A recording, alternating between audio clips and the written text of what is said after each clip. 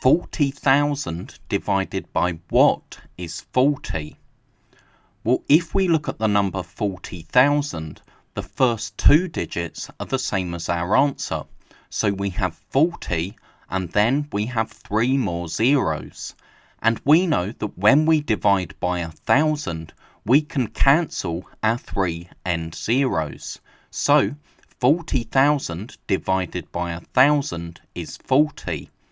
If we write that out, you can see there's 3 end zeros in 1,000, so we can cancel 3 of our end zeros in 40,000, and then we just have 40 divided by 1, which is 40. Now, 50,200 divided by what is 502? Well, if we look at our dividend, we have our answer, our quotient, we have 502, and then we have 2 zeros on the end.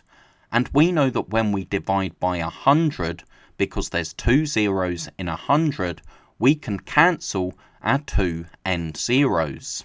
So our missing number here is 100. And you can see, if you write out the question, all you're doing is cancelling 2 end zeros when you divide by 100. Now, 525,000 divided by what is 52,500? Well, if we look at 525,000, the first 5 digits are the same as our answer, and then we just have 1 more zero on the end. And we know that to cancel that zero, we would have to divide by 10. Again, we can write it out. And if we cancel, we can only cancel 1 of these end zeros because there's only 1 zero in 10. And then we get 52,500 divided by 1. So that's 52,500.